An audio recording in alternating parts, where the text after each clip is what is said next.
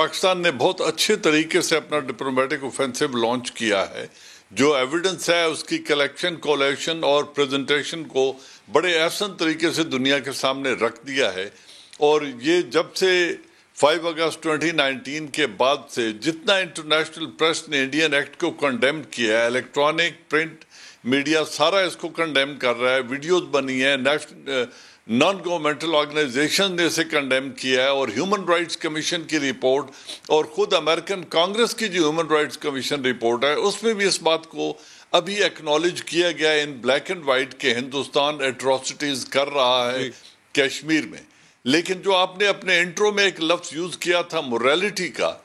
اس کو اگر آپ دیکھیں تو مائک پومپیو کا یہ کہنا ہے کہ because of our shared values and common interest we are strategic partners and we will stand shoulder to shoulder with each other.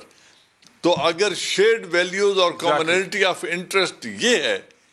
یا اس کے علاوہ اور ہے جو ان چیزوں کو اوور شیڈو کرتی ہے، تو پھر مجھے نہیں لگتا کہ کوئی بڑا قدم ہندوستان کے خلاف اٹھایا جائے گا انٹرنیشنلی. لیکن گراؤنڈ ریالٹی ایک سٹیج پر ان کو مجبور کر دے گی کہ اس کی طرف توجہ دیں، کیونکہ جیسے ہما بقائی صاحبہ کہہ رہی ہیں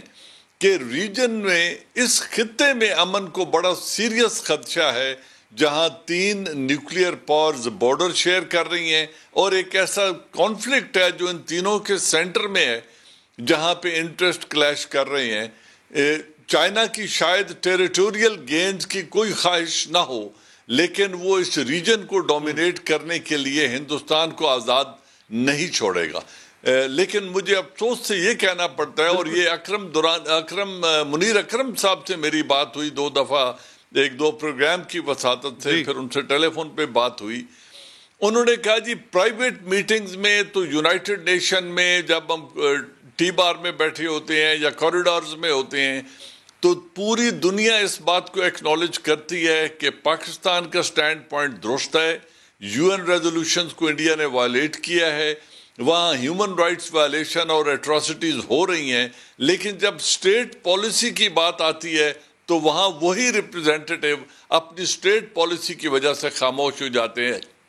یہ ایک انفارچونیٹ ریالٹی ہے، اور مجھے نہیں لگتا کہ بہت جلد اس میں کوئی تبدیلی پولیٹیکلی یا ڈپلومیٹیکلی آنے والی ہے.